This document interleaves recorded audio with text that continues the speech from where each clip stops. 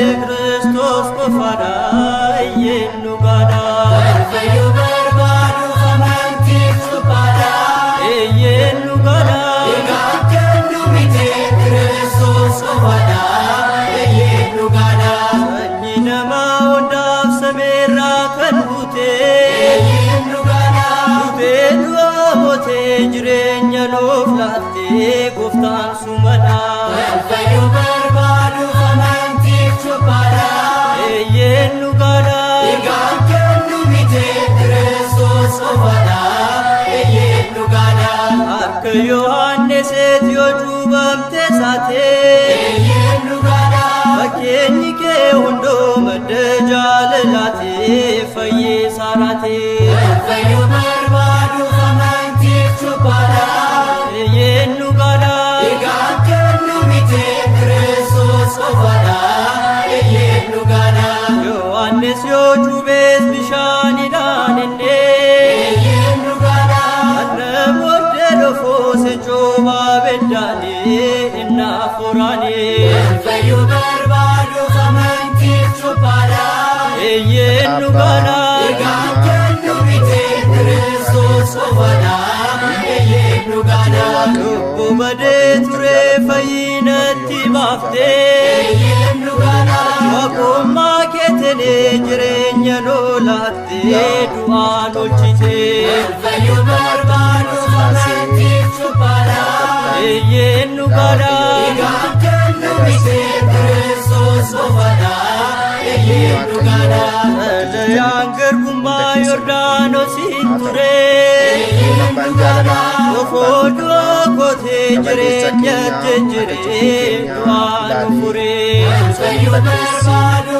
amantiif suphaadha eenyu gaadha egaa kennu miti Kristos qofadha eenyu gaadha fayyinni amantaa cobbaadhaan argama eenyu gaadha addunyaan hundumtuu isaan baraaramaa gooftaan furamaa fayyuu barbaadu amantiif suphaadha eenyu gaadha egaa kennu miti Kristos qofadha eenyu gaadha fakkeenya googeetiin boo'ee aforree eenyu gaadha gara keenya dhufee gooftaan jaalalaanii isaan biraanii fayyuu barbaadu amantiif suphaadha eenyu gaadha egaa kennu miti Kristos qofadha eenyu gaadha fakkeessuudhaaf malee addunyaan soomana eenyu gaadha abbaan qulqullummaa Amaanu'el qofaadha inni gooftaadha fayyuu barbaadu amantiif suphaadha eenyu gaadha egaa kennu miti Kristos qofadha eenyu gaadha fayyuu barbaaduuf amantiif cubbaadha eenyu gaadha egaan kennu miti Kristos qofaadha eenyu gaadha fayyuu barbaadu amantiif suphaadha eenyu gaadha egaa kennu miti Kristos qofadha eenyu gaadha abbaa jaalalaa abbaa dhiifamaa waan ta'eef cubbuu keenya balleessaa keenya ilaalees nutti hin eekkamu. Obbolowwan koo kanaaf amantaan jalqabaa amantaa waaqayyoon dhala namaatiif amantaa waaqayyoon qulqullootaaf amantaa waaqayyoon keessatti maqaan isaa ulfaatu maqaan isaa kabajamu kamiyyanii adda baafachuu qabna. Isas immoo Ermiyaas boqonnaa 6 lakkoofsa 16 irratti Ermiyaas akkana jedhee dubbata. Waaqayyoon akkana jedhe karaa irratti ba'aa ilaalaa karaan isheen jalqabaa ba'eessa kan taate kam akka taate gaafadhaa. Ishee irras deddeebi'aa boqonnaa bara baraa argattuuti. Isaan garuu hin deemnu jedhuu jedha. Kana jechuun maal jechuudha? Amantaan jalqabaa amantaan waaqayyoon namootaaf kennee amantaan waaqayyoon eenyummaasaa waaqayyoon dhugaa dhala namaatiif itti ibsisanii hubadhaa ilaalaa jechuu isaati. Kanaaf wanta waaqayyoon nuun jedhee fudhachuu akka qabnu macaafni qulqulluun nutti hima. Garuu namoonni baay'een karaa kanarra hin deemnu jedhuu jedha. Dhugaadha. Namoonni baay'een karaa isaanii ofii isaaniitiin karaa itti mijaa'een karaa adda addaa uummatanii irra deemuu danda'u. Nuti garuu warri Waaqayyo biraan gatii itti arganna jennee yaannu karaa san argachuu qabna jechuudha. Karaan kun immoo meeqa yoo jennee tokkodha jechuudha. Innis qulqulluun Phaawulos uummata Efesoonitiif yeroo barreessuu boqonnaa 4 lakkoofsa 5 irratti gooftaan tokko, cuuphaan tokko, amantaan tokko jedhee jira. Waaqni addunyaa kana uumee, ka addunyaa kana tolchee, ka addunyaa kana jiraachisee, ka addunyaa kana balleessuu, ka addunyaa kana obaasuu, nyaachisuu Waaqni tokkodha. Waaqni tokkichi addunyaa kana uume sun kan baraan yeroodhaan hin jirjiramnedha. Waaqayyoon yeroo jirjira malee yeroon isaa hin jirjiru. Waaqayyoon osoo addunyaan kun hin uumamin amalummaa isaatiin galateeffatamaa ture. Garuu Waaqayyoon addunyaa kana erga uumeen boodatti uumamtoonni hundi isaatiyyuu isa galateeffatu. Isaan keessa garuu uumamtoota jiran keessaa namaa fi ergamoonni Waaqayyoon galateeffatanii mootummaa dhaaluudhaafi. Kana keessaa waa'ee dhala namaa yoo ilaallu dhalli namaa amantaa ishee jalqabaa san qoratee hubatee bira ga'uu qaba. Kanaafidha amantaan tokkodha, cuuphaan tokkodha, gooftaan tokkodha nun jedha jechuudha. Ammas immoo Yihudaa boqonnaa 1 lakkoofsa 3 irratti amantaa ishee al takkicha qulqullootaaf kennamteera. Mata dureen keenya har'aa amantaa qulqullootaa jechuun maal jechuudha? Obboleewwan koo, wanti kanarratti gadi qabnee hubachuu qabnu amantaa qulqullootaa yeroo jennu namoonni amantaa kana keessa jiraatan hundi isaaniituu qulqulluudha jechuu miti. Nama waan ta'eef namni ni dogongora. Kanaafidha qulqulluun Phaawulos uummata Roomeetiif yeroo barreessutti hundumtuyyuu Waaqayyoon miidhaniiru, Waaqayyoon gaddisiisanii jiru, abboommii Waaqayyoos cabsanii jiru jedha. Kanaaf nama ta'ee ani qulqulluudha namni ofiin jedhu yeroo kana jedhutuyyuu cubbuu hojjetee jira. Qulqulluun Waaqayyoo qofaadha. Garuu akka dhiifamaa fi jaalala Waaqayyootti mootummaa isaa dhaaluu ni dandeenya. Abbaa jaalalaa, abbaa dhiifamaa waan qabnuuf jechuudha. Waaqayyoon ilma namaa waan jaalateef of kennee gara biyya lafaatti dhufee ilmaan namaa dhiiga isaatiin bitee jiraati. Kanaaf amantaa qulqullootaa yeroo jennu maal jechuu keenya gaafa jennu gaafa uumama jalqabaa Waaqayyo ergamoota uume gaafa sanbata guddaa jecha qulqulluu Gabri'eel irratti hundaa'een Waaqayyoon qulqulloota kennee jechuudha. Amantaan akkittiin kun gara dhala namaatti dhufuun qulqulloonni baay'een keessaa dabranii jiru jechuudha. Mee waan kana wajjin haa ilaallu. Gaafa Waaqayyoon seera uumamaa boqonnaa 1 lakkoofsa 1 irratti yoo dubbifnu macaafaa qulqulluu irratti akkanaa nun jedha. boqonnaa 1 ኦሪት ዘፍጥረት ምዕራፍ 1 ቁጥር 1 ላይ በመጀመሪያ እግዚአብሔር ሰማይና ምድርን ፈጠረ ይላል። Waaqayyoon jalqaba samii fi lafa uumeera. Jalqaba Waaqayyoon gaafa addunyaa kana itti uume jechuudha. Jalqaba jedhame. Jalqaba qabuudha kun. Waaqayyoon uumamtoota gaafa kana uume akka mana amantaa keenyatti kitaaba Aksumaaros jedhamu yoo argattan dubbisuu dandeessu.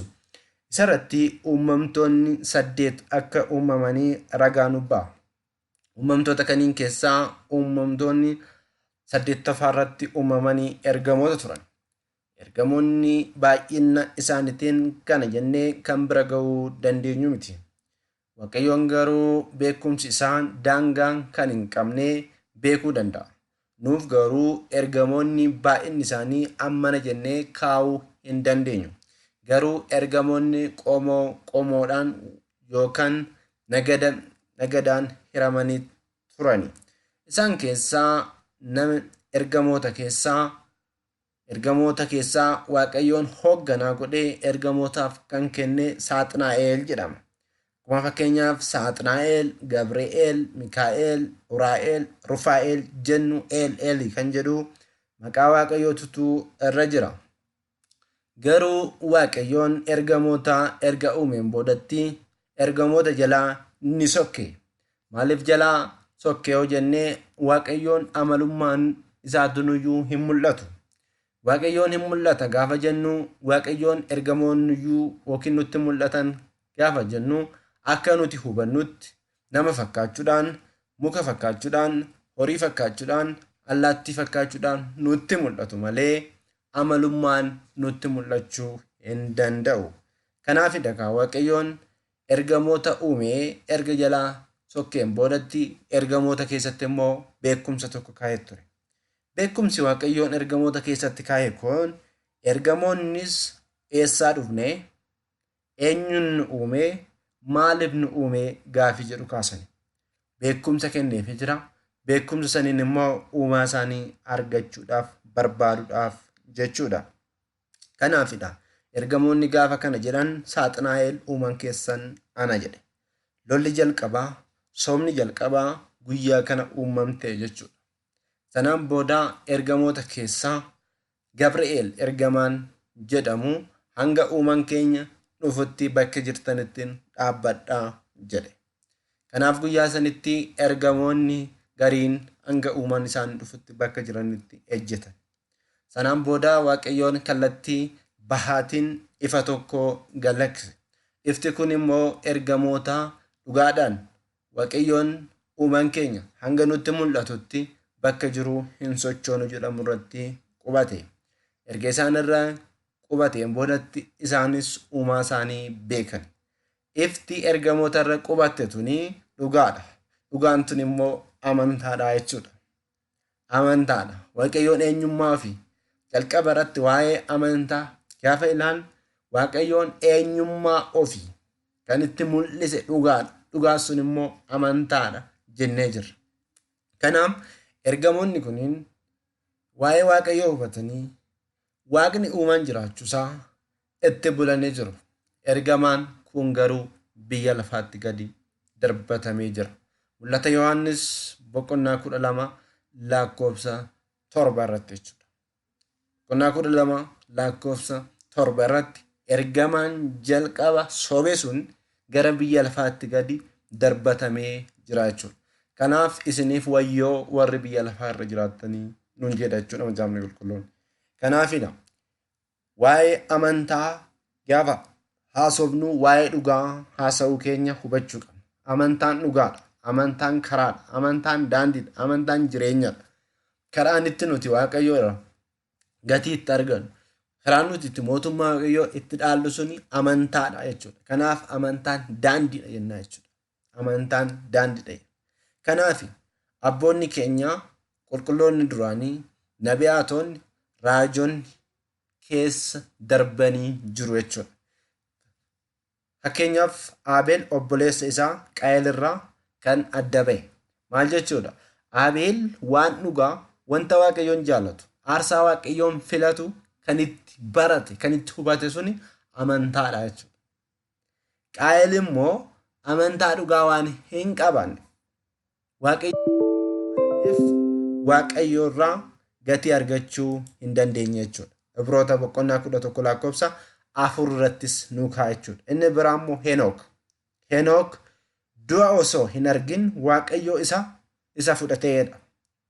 Heera uumamaa boqonnaa 5 irraa argachuu dandeenya. Ibroota boqonnaa 11 lakkoofsa 5 irrattis argachuu dandeenya. Abrahaam abdiin isaa itti raawwate. Abrahaam abdiin isaa kan itti raawwate. Abrahaam erga umriin isaa deemeen booda ilma isaa Qaayil kan itti argate amantaa kana keessatti jechuudha. Ilma isaa kan itti argate Isaaq kan itti argate amantaa kana keessatti jechuudha. Nooyi fayyina hojjetee ittiin kan fayyeedha. Nooyin waaqayyoon uumamtoota biyya lafaa kana jiran balleesse isaa fi maatii isaa bichaa kan itti hambise amantaa kana keessatti. dhugaa kana keessatti. Dhugaan kun immoo amantaadha jechuudha.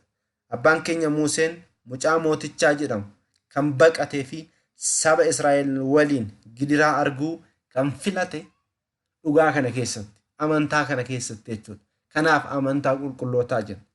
Amantaan har'aati hordofuu qabdu amantaa Aabelii, amantaa Henookii, amantaa Abrahaamii, amantaa Nooyi, amantaa Musee hordofuu qabda jechuudha. Abrahaam akkamitti karaarra deeme? Museen akkamitti karaarra deeme? Akkamitti Waaqayyo irraa gatii kan itti argate kan jedhu kanaaf amantaa qulqullootaa jenna jechuudha. Walumaa galatti amantaan dhugaan kun amantaa jireenyi qulqullootaa kaakuu moofaa fi kaakuu haarawaa keessatti mul'atee fi fuula Waaqayyootti eebbaa fi kabajaa akka argatan taasiseera. Amantaa gaafa jennu amantaa Waaqa tokkootti amanuu gaafa jennu waa'ee kanaa gaafa hubannu amantaan kun qulqulloonni keessa dabranii jireenya isaanii keessatti Waaqayyo wajjin jiraatanii Waaqayyo irraa gatii itti argatanii jechuudha. Kanaaf kan asirra jiru hunda isaatiyyuu ilaaluu dandeessu jechuudha macaafa qulqulluurra. Qulqulloonni akkamitti jireenya isaanii Waaqayyo wajjin akka taasisanii macaafa qulqulluurraa ragaa kana hubachuu dandeenya jechuudha. Ittaansuudhaan kan wajjin ilaallu amantaan takkittiin tun kamiree. Amma addunyaa kanarra hedduutu jira, baay'eetu jira. Isaan keessa kamiree waan jedhu san immoo ilaallaa jechuudha. Kana yeroo isin hin jedhu obboleewwan koo amantaa hedduu keessa jiraattan sagalee kana dhaga'uu dandeessu. Protestaantis ta'a, Musliimas ta'a, Waaqeffataas ta'a. Namni waan itti barbaadetti amanuu mirga guutuu qaba. Amantii namaa tuquun wanjalaadha. Manni amantaa keenyaa kan barsiisuus qabdu asirratti immoo warroota wangeela barsiisanis kan hubachiisu ani jaalala qofa kan nuti barsiisuu qabna. Jibbiinsi hojii keenyaa miti. Jibbiinsi hojii seexanaati. Waaqayyoon jaalala yoo ta'e nuti immoo ijoollee Waaqayyooti. Erga ijoollee Waaqayyoo immoo taanee jaalala himuu qabna malee jibbiinsa himuu hin qabnu jechuudha. Kanaafidha ani dhugaa jiru wanta hubadhe wanta macaafni qulqulluun jedhu wajjin ilaallaa jechuudha. Asii olitti amantaan dhugaadha jennee irraa dhugaan sun immoo Waaqayyoon eenyummaa isaa kan itti mul'isee jennee jirra. Kanaaf amantaan sun amantaa Waaqa tokkoo jedhamuudhaan itti fufee jira. Kaakuu moofaa keessatti seenaa biraa keessa nu seensisa malee Addaamirraa jalqabee hanga cuuphaa Yohaannisitti yookiin kaakuu moofaatti jechuudha. Kaakuun moofaan erga dhumateen boodatti ilmi namaa Waaqayyo irraa adda itti bahee Waaqayyo abboommii Waaqayyoo eeguu waan dideef waan kufeef baroonni 5,500 ilma namaati irratti ni farabadamanii turan. Barri sun bara abaarsaa jedhamaa ture. Namni hojii gaarii hojjetu mootummaa Waaqayyoo yeroo itti hin dhaalle ture. Waaqayyoon garuu abbaan jaalalaa, abbaan dhiifamaa ofii isaatiif namni qulqulluun waan dhabameef ofii isaatiif nu fayyisuudhaaf dhufee jechuudha. Waaqayyo yoo jedhee mata duree fayyinna jedhu addatti wajjin ilaallaa jechuudha. Erga koorsii kana fixneen booda jechuudha. Fayyinna jechuun maal jechuudha waan jedhu san gadi buunetti ilaalla jechuudha. Achi keessatti gaafii waa'ee fayyinnaa namoonni qabdan gaafachuu dandeessu jechuudha. Har'aaf garuu waa'ee amantaa qofa wal hubachiisnaa jechuudha. Amantaan armaan olitti akkuma ilaalle amantaan takka ta'uu hubannee jirra. Namni sammuu sirrii qabdu, namni dhugaa hubachuu barbaaddu amantaan tokko qofaadha. Jaalannees jibbinees amantaan tokko qofaadha. Amantaan tokko qofaadha. Kan ammoo macaafa qulqulluutu jedhe. Amantaan takkittiin kunis amantaa Ortodoks Tawaahidootiin jedhaan. Namoonni miti jettan yoo jiraattan ragaa wajjin ilaaluu dandeenya jechuudha. Wal mormii osoo hin taane wal hubachiisuu wal argisiisuudha malee mormii miti. Mormii hin barbaadu. Namni fi amantaa fi amanuu ni dandeenya. Mirga keeti sun murtee waaqayyo harka jira ta'a. Waaqayyo harka waan jiruuf nuti walitti murteessuudhaaf aangoon nuuf hin kennamne jechuudha. Namoonni baay'een amantaa ortodoks tawaahidoo jedhu kana baay'een keenya hubanne natti fakkaatu. Ortodoksii gaafa jennu gaafa maqaan kun mogga'ee amantaan kun hundeeffamee jechuu miti. Jechuu miti wanti hubachuu qabna. Jalqaba amantaan waaqa tokkoo sun uummata Israa'el yookiin Abrahaam Isaaqin dhalchee Isaaq immoo Yaaqoobin. Yaaqoob immoo ijoollee 12 yookiin qomoo 12. Israa'el jedhamees kan waamame Yaaqoobidha. Waaqayyootu Yaaqoobiidhaan maqaan kee har'aan booda Israa'elii jedhe. Malee Israa'el akka maqaa biyyaatitti ilaalus hin qabnu jechuudha. Yaaqoob maqaa namaa kan ta'e ilma Isaaq kan ta'e Waaqayyoon immoo Israa'el jedhee maqaa isaa jijjiiree moggaase jechuudha. Ijoolleen isaa immoo qomoowwan 12 qabanii qomoowwan kaniin keessaa gooftaan keenya Kiristoos dhalate jechuudha. Kanaan booda gooftaan keenya Kiristoos ilma namaa fayyisuudhaaf erga biyya lafaa kanarra dhufeen boodatti waa'ee amantii gadi qabuudhaan barsiisee jira. Waa'ee amantii gadi qabuudhaan. Waa'ee amantaa hin laalla booda wajjin laalla. Waa'ee amantii barsiise. Uummata kana keessa jira waan ta'eef uummanni kun amantaa Abrahaam Isaaq Yaaqoob san fudhannee jirra jedheetti garuu wajii isaanii waan hin hojjenneef. Kanaaf gooftaan keenya Kiristoos isin wajiin keessan wajii Abrahaam miti. Osoo wajii Abrahaam hojjettanii wajii gaarii hojjettuu turtanii abbaan keessan garuu daabiloos wanti jedheef jechuudha. Amantaa isaa fudhanne amantaa san keessa jirra jedhu garuu wajiin isaanii wajii biroo waan ta'eef gooftaan akeekkachiise jechuudha. Gooftaan keenya Kiristoos duuka bu'oota isaa barsiisaa erga tureen boodatti yeroo jalqabaatiif biyya Anxookiyaa jedhamtutti kiristaana jedhaman jechuudha. Kiristaana kanas maqaa kana kan moggaase ofii isaaniitiin kiristaanonni yookiin duuka bu'oonni waaqayyoo walitti ga'anii maqaa kana kan moggaafatanii miti. Hafuurri qulqulluun namoota hamootirra bulee maqaa kiristaana jedhamu kana akka moggaasaniif taasiseera. Ilaa kiristaanota jedhamanii sanarraan boodatti kiristaana maqaa jedhamnu maqaa kabajaa kana arganne jechuudha. Kiristaana kan jedhamnu Kiristoosirraa kiristaana jedhamne jechuudha. Kiristaana jechuun Kiristoosin kan amanu, Kiristoosin kan hordofu, Kiristoosiif kan abboomamu, Kiristoos waaqa kooti, uumaa kooti, fayyisaa kooti, jiraachisaa kooti jedhee kan amanuu jechuudha. Kanaan booda amantaan yookiin kiristaana jedhamu. Amantaan waaqa tokkoo sun kiristaana jedhamee kiristaanni kun hanga bara 325tti kiristaanumaan itti fufe. Yeroo sanitti Protestaantii wanti jedhamus hin jiru, Kaatolikii wanti jedhamus hin jiru, Mulu Wangeelii, Qaleyootii, Adventistii wanti jedhamus hin jiru ture. Dhugaa kana fudhachuu qabnu namoonni dhugaa barbaadan jechuudha. Kiristaana ture. Ortodoksii maqaan jedhamus hin jiru ture. Yeroo sanitti hubaddaa obboleewwan koo. Kiristaana jedhamaa ture. Kiristoosin kiristaana jedhamne.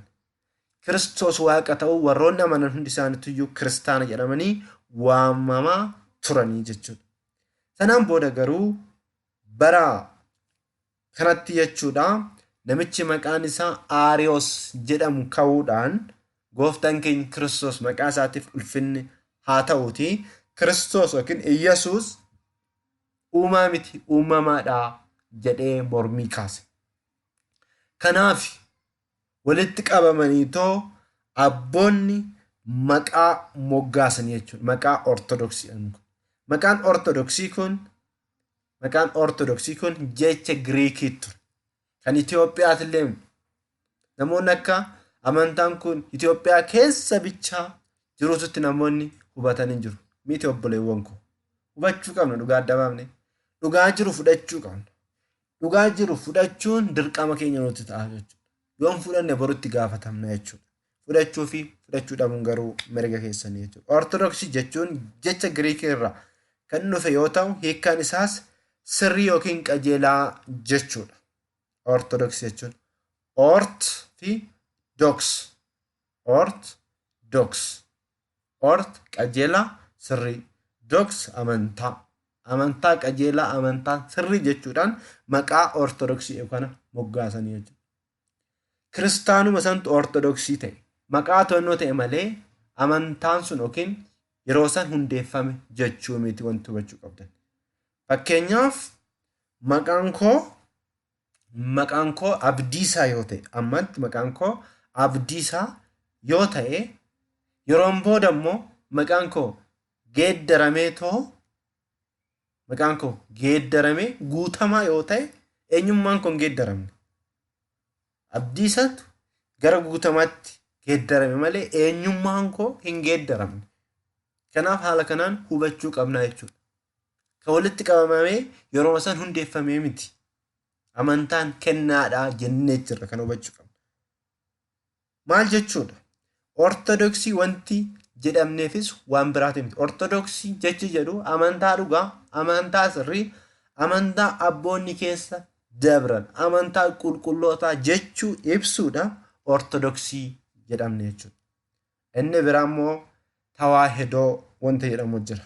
Tawaahidoo jechuun immoo gooftaan keenya Iyyasuus Kiristoos foon giiftii keenya dubree maadaam irraa fudhatee yeroo nama ta'e waaqummaan isaa namummaa isaa akkasumas namummaan isaa waaqummaa isaa kan hin balleessine ta'uu kan ibsuudha. Namoonni dhuguma wangeela amantan yoo jiraattan namoonni sagalee kana dhageessan jecha kana fudhachuu qabdu dhugaa Waaqayyo. Gooftaan keenya Kiristoos dhalatee jira. Dubroo Maariyaam irraa dhalatee jira jettanii namoonni amantan hundi keessaniyyuu jecha kana fudhachuu qabdu. Tawaahidoo jechi jedhu. Malakotii yookiin amalli malakootiitii fi amalli foonii. Malakotiin ibiddaadha. Foon immoo bishaanidha. Amalli malakootii sun ibiddi sun osoo bishaan hin balleessin, bishaan osoo ibidda hin balleessin tokko itti ta'eedha jechuudha. Kanaaf tawaahidoo jedhama. Kanaaf tawaahidoo jedhamnee jechuudha. Fakkeenyaaf mi'aa ilaallu. Maqoonni kun yeroo kam moggaafaman isa jedhu jechuudha. Namni Aariyoos jedhamu gooftaan keenya Iyyasuus Kiristoos uumamaadha jedhee barnoota dogongoraa barsiisuu isaarra kan ka'e hayyoonni amantaa bara 325 dhaloota Kiristoositiin booda wal ga'uudhaan barnoota dogongoraa kanaaf deebii kennanii amantaa takkittii fi sirrii kana taate kana kan biroorraa adda baasuuf maqaa ortodoksii jedhu moggaasuun yaa'ii isaanii xumuranii jiru jedhu. Yaa'ii isaanii maal godhanii xumuranii maqaa moggaasan malee hin hundeessine. Amantaa hundeessuun aangoo keenya miti. Kennaadha amantaan. Haaluma wal fakkaatuuf namni Nixiroos namni eenyu jedhamu? Namni Nixiroos jedhamus gooftaan keenya Iyyasuus Kiristoos yeroo foon giiftii keenya dubree Maariyaam irraa fudhatee lafa kanarratti mul'ate waaqummaa isaa dhiisee nama ta'e jechuun barnoota dogongoraa barsiise.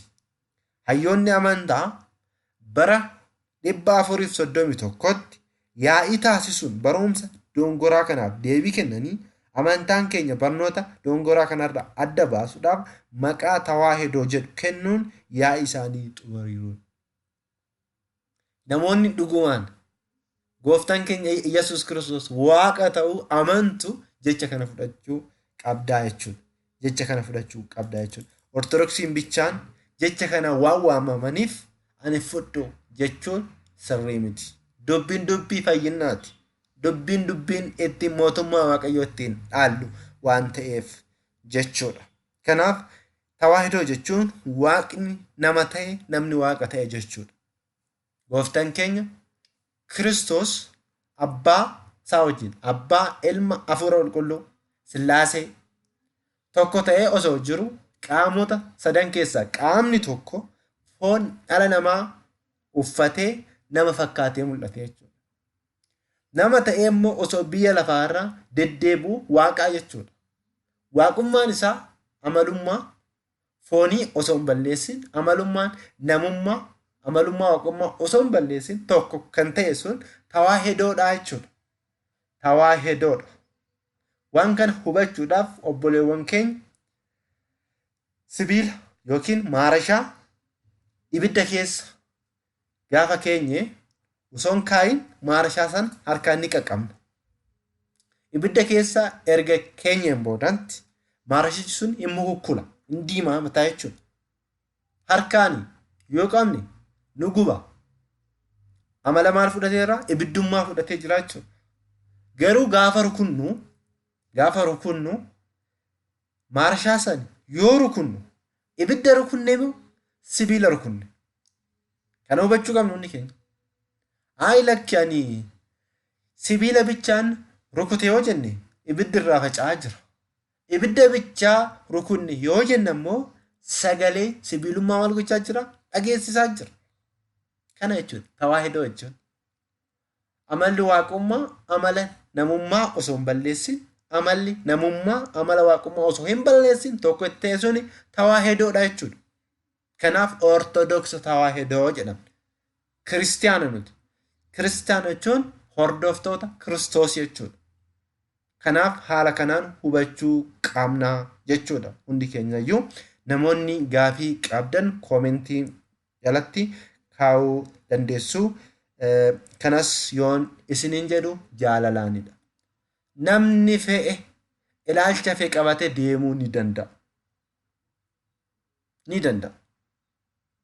Garuu hanga beennuun wal hubachiisuu qabna waan ta'eefi jechuudha.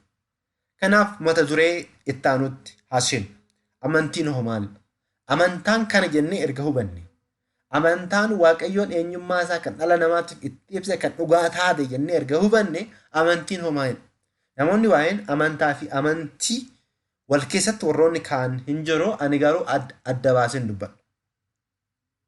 Amantiin lamatu jira. Amantiin meeqatu jira siniin jedhee? Lamatu jira obboleewwan koo. Amantii amantaa keessa jiruu fi amantii amantaan ala jiru. Maal jechuu kooti? Ni ilaalla kanas immoo wajjin. Fakkeenyaaf namni amantaa keessa jiru tokko gooftaan keenya Yesuus Kiristoos waaqa ta'uusaa, uumaa ta'uusaa, fayyisaa ta'uusaa, jiraachisaa ta'uusaa, nyaachisaa ta'uusaa erga hubateen boodatti amantiidhaaf fudhataa jechuudha waan san. Amantiidhaaf fudhata. Dhugaadha wanti kun. Sirriidha wanti kun jedhee amantiidhaaf fudhata. Namni sun maal jechuudha? Ilaalchi kun amantii amantaa keessa jirudha. Amantii maal keessa jirudha? Amantaa keessa jiru. Amantii amantaa keessa jiru. Irra deddeebisanitti. Amantii amantaa keessa jirudha. Amantii amantaa keessa jiru. Namoonni immoo ilaalcha isaaniitiin, beekumsa isaaniitiin fayyadamuudhaan walitti qabamanii warroonni ilaalcha isaaniitiin waldaa hundeessanii walitti qabamanii amantiidha jedhanii hundeeffatan sun amantii amantaan ala jirudha. Fakkeenyaaf gooftaan keenya Kiristoos waaqaa miti warroonni jedhanii amanan yoo jiraatan amantii amantaan ala jirudha. Namoonni gooftaan keenya Yesuus nuu kadhataa jedhanis gooftaan keenya Yesuus Kiristoos waaqaa miti jechuu isaaniiti waan ta'eef amantii amantaan ala jirudha jechuudha. Ilaalcha gadhee warroonni falfalan, warroonni machaan, warroonni sagagalan kunin ilaalchi isaanii yookiin hojii waaqayyoo warroonni hin raawwanne hundi isaaniitu iyyuu amantii amantaan ala jirudha jechuudha. Ilaalchi isaanii. Har'a garuu kan nuti ilaallu amantii amantaa keessa jiru san ilaalla jechuudha. Amantii maal keessa jiru? Amantaa keessa jiru san ilaalla jechuudha. Walitti qabnee hin laallu, adda baafnee hin laallu. Kanaaf jechi amantii jedhu jecha giizii ammana jedhu irraa kan ba'e yommuu ta'u hiikkaan isaas amanuu fi amanamuu jechuudha. Maal jechuudha? Amanuu fi amanamuu. Amantii waa lama of keessa qaba ilaala. Amantaa keessa amantiitu jira. Amantiin immoo waan lama of keessaa qaba obboleewwan koo. Waan meeqa of keessaa qaba? Waan lama of keessaa qaba. Innis maalidha? Amanuu fi amanamuu jechuudha. Maal jechuudha? Kanas immoo wajjin ilaalla. Namoonni Oromiffaan jettan hojjennochaa deemnu amanuu jechuun jedha. Amanuu jechuun ija foonitiin arganii, gurra foonitiin dhagaanii, lapheedhaan yaadanii qo'achuudhaan kan hin danda'amne ni danda'ama jedhanii fudhachuudha. Abeet akkam namatti tola. Fakkeenya isiniif haa kaasuufan. Gooftaan keenya Iyyasuus Kiristoos akka dhalateeru, akka biyya lafaa kanarratti waggaa 33 ji'a 3 deddeebi'aa akka ture, akka fannifame, du'a moo'ee akka ka'e, qaraanioo irratti dhiiga isaatiin akka nu bite dhaloonni har'a jiru kun arginee jirra? Arginee hin jirru. Warroonni yeroo sanitti argan duuka bu'oonni Waaqayyoo waan kana nutti himanii jiran. Nuti garuu akka waan qaaman argine, akka waan yeroo san bakka san jirrutti gammachuudhaan fudhannee jirra. Waaqayyoof galanni haa ta'u. Kanaaf gooftaan keenya Kiristoos wangeela Maatiyos irratti osoo nan argin namoonni na amanan eebbifamtoota. Kanaaf nuti eebbifamtoota jechuudha. Gammaduu qabna jechuudha. Jecha Waaqayyoo kana fudhannee ittiin boonuu qabna jechuudha. Kiristoosiin waan isaan nuun jedhan fudhannee jirra. Akka Kiristoos nuuf du'e. Kiristoos naan jecha dhiiga isaa akka dhangalaase fudheen jiraan. Fudhannee jirra hundi keenyayyuu. Kun jechuudha amanuu jechuudha. Agartanii amanuu jechuudha. Osoo waan isaan hin argin ija foonitiin gurraan fudhachuun sun ni ta'a dhugaadha sirriidha.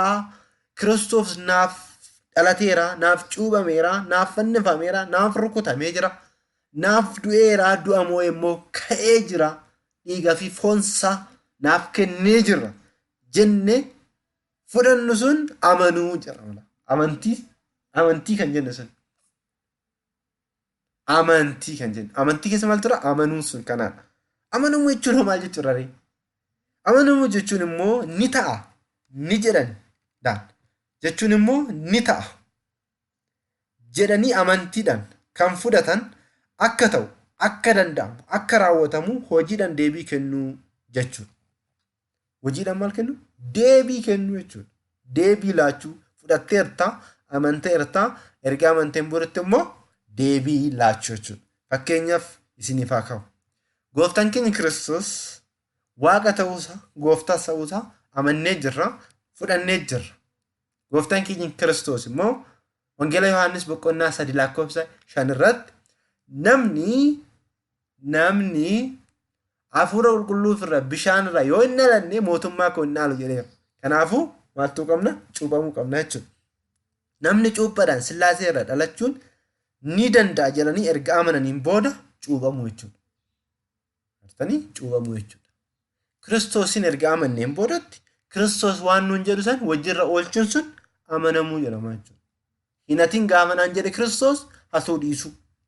Obboleessa kee hin jibbin yoo naan jedhe obboleessa koo jibbuu dhiisuu. Hin falfalin yoo naan jedhe falfaluu dhiisuu. Waan gadee hin raawwatin yoo naan jedhe waan gadee raawwachuu dhiisuun koo amanamuu jedhama jechuudha. Waaqayyoodhaaf deebii laadheen jira jechuudha. Waaqayyoodhaaf deebii itti laadheen jira jechuudha. Kanaaf obboleewwan koo namoonni sagalee kana dhaggeeffatan kutaa har'aa fi kutaa darbee keessatti waa'ee amantaa fi amantii ilaallee jira. Amantaa takkittiidha. Amantiin garuu daangaan qabu. Amantii gaafa jennu ilaalcha keenyadha. Ilaalcha nuti ittiin waan tokko itti hennoo jennu. Namoonni fakkeenyaaf ilaalchi nuti Kiristoos itti hubannu adda adda ta'uu danda'a. Ilaalchi keenya kun. Amantaan garuu tokkodha. Amantaan meeqana? Tokkodha. Amantaan tokkichi sun immoo Ortodoks Tawaahidoodha. Kiristaanadha. Kiristaan immoo Ortodoks Tawaahidoo jedhee maqaatu moggaafame malee amantuma jalqaba qulqullootaa gaafa sanbata guddaa kennamte san akka taate hubachuu qabdu jechuudha. Amantiin immoo amantaa keessa jiruu fi amantaan ala akka jirus hubachuu qabna jechuudha. Amantii keessa immoo wanti lama amanuu fi amanamuun akka jiru. Erga amanne waan saniif immoo deebii laachuu akka qabnu hundi keenyayyuu hubachuu qabnaa jechuudha. Waaqayyoon abbaan jaalalaa, abbaan dhiifamaa, akka balleessaa keenyaa ilaalee osoo nutti hin eekkamin akka dhiifamaa fi jaalala isaatitti yeroo kanaan kan nu ga'ee sagalee isaa akka barannuuf kan nu taasise. Obboleewwan koo ani ijummoo bishaaniti. Bishaantu na keessa darba. Bishaan san qofa laalaa. Ana nan laalinaa cubbamaadhaan. Sagalee Waaqayyoo maal jedha? Macaafni qulqulluun maal jedhaadha malee nama laaluu hin qabnu jechuudha. Kan nama laale inni abaaramaadhaa jedha macaafni qulqulluun. Gooftaan keenya Kiristoos immoo ani bishaan dhugaatii dheera. Bishaan san dhuguu qabna jechuudha. Bishaan jireenyaatiin ani karaadha. Ani jireenyadha. Jedhee jira gooftaan keenya Kiristoos waan ta'eef Kiristoosin amannee Kiristoosin beeknee amantiidhaan deddeebi'uun ga'ee keenya ta'a jechuudha. Waan amannu saniif immoo amanamuu qabna jechuudha. Garaagarummaa amantaa fi amantii haala kanaan hubachuu qabna jechuudha. Haala kanaan hubachuu qabna. Waaqayyoon yoo jedhe immoo yeroo kutaa itti aanutti kutaa sadaffaa keessatti wantoota jahan amantiin ittiin ibsamu ilaalla jechuudha. Wantoota jahan amantiin ittiin ibsamu ilaallaa. Jaalalli Waaqayyoo abbaan dhiifamaa abbaan jaalalaa Waaqayyoon hunda keenya wajjin haa ta'u. Bakka jirrutti namoonni dhukkubsattan Waaqayyoon dhiifamaan isin haa yaadatu. Namoonni hidhamtan Waaqayyoon akka dhiifama isaatitti isin haa yaadatu. Namoonni rakkoo adda addaa keessa jirtan Waaqayyoon abbaan jaalalaa hunda keenya wajjin haa ta'u. Araarsummaan ergamootaa gargaarsi ergamootaa nu wajjin haa ta'u. Waaqayyoon akka dhiifamaa fi jaalala isaatitti hunda keenya wajjin haa ta'u. Godoliyaas maqaa Waaqayyootiin nagaannaaf turaa. Namoonni gaafii qabdan gaafii keessan koomentii jalatti dhiyeessuu dandeessu. Telegiraamiidhaan illee yoo barbaaddan bilbila koo qabattanii naaf barreessuu bilbiltanis gaafachuu dandeessu. Bilbilli koo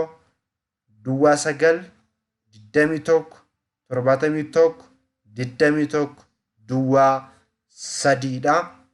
Kanaan wal argachuu dandeenya jechuudha. Hanga beeknuun hanga hubanneen wal hubachiisnaa. Gaarummaa hojjechuun ofumaaf jechuudha. Biyya lafaa kanarratti gaarii hojjennee borummoo gatiitti arganna waan ta'eef gaarii hojjechuudhaaf of duubatti hin jeerinaa. Jaalala, tokkummaa, misooma, guddina uummata keenyaaf Waaqayyoon haa taasisu. Godoliyaas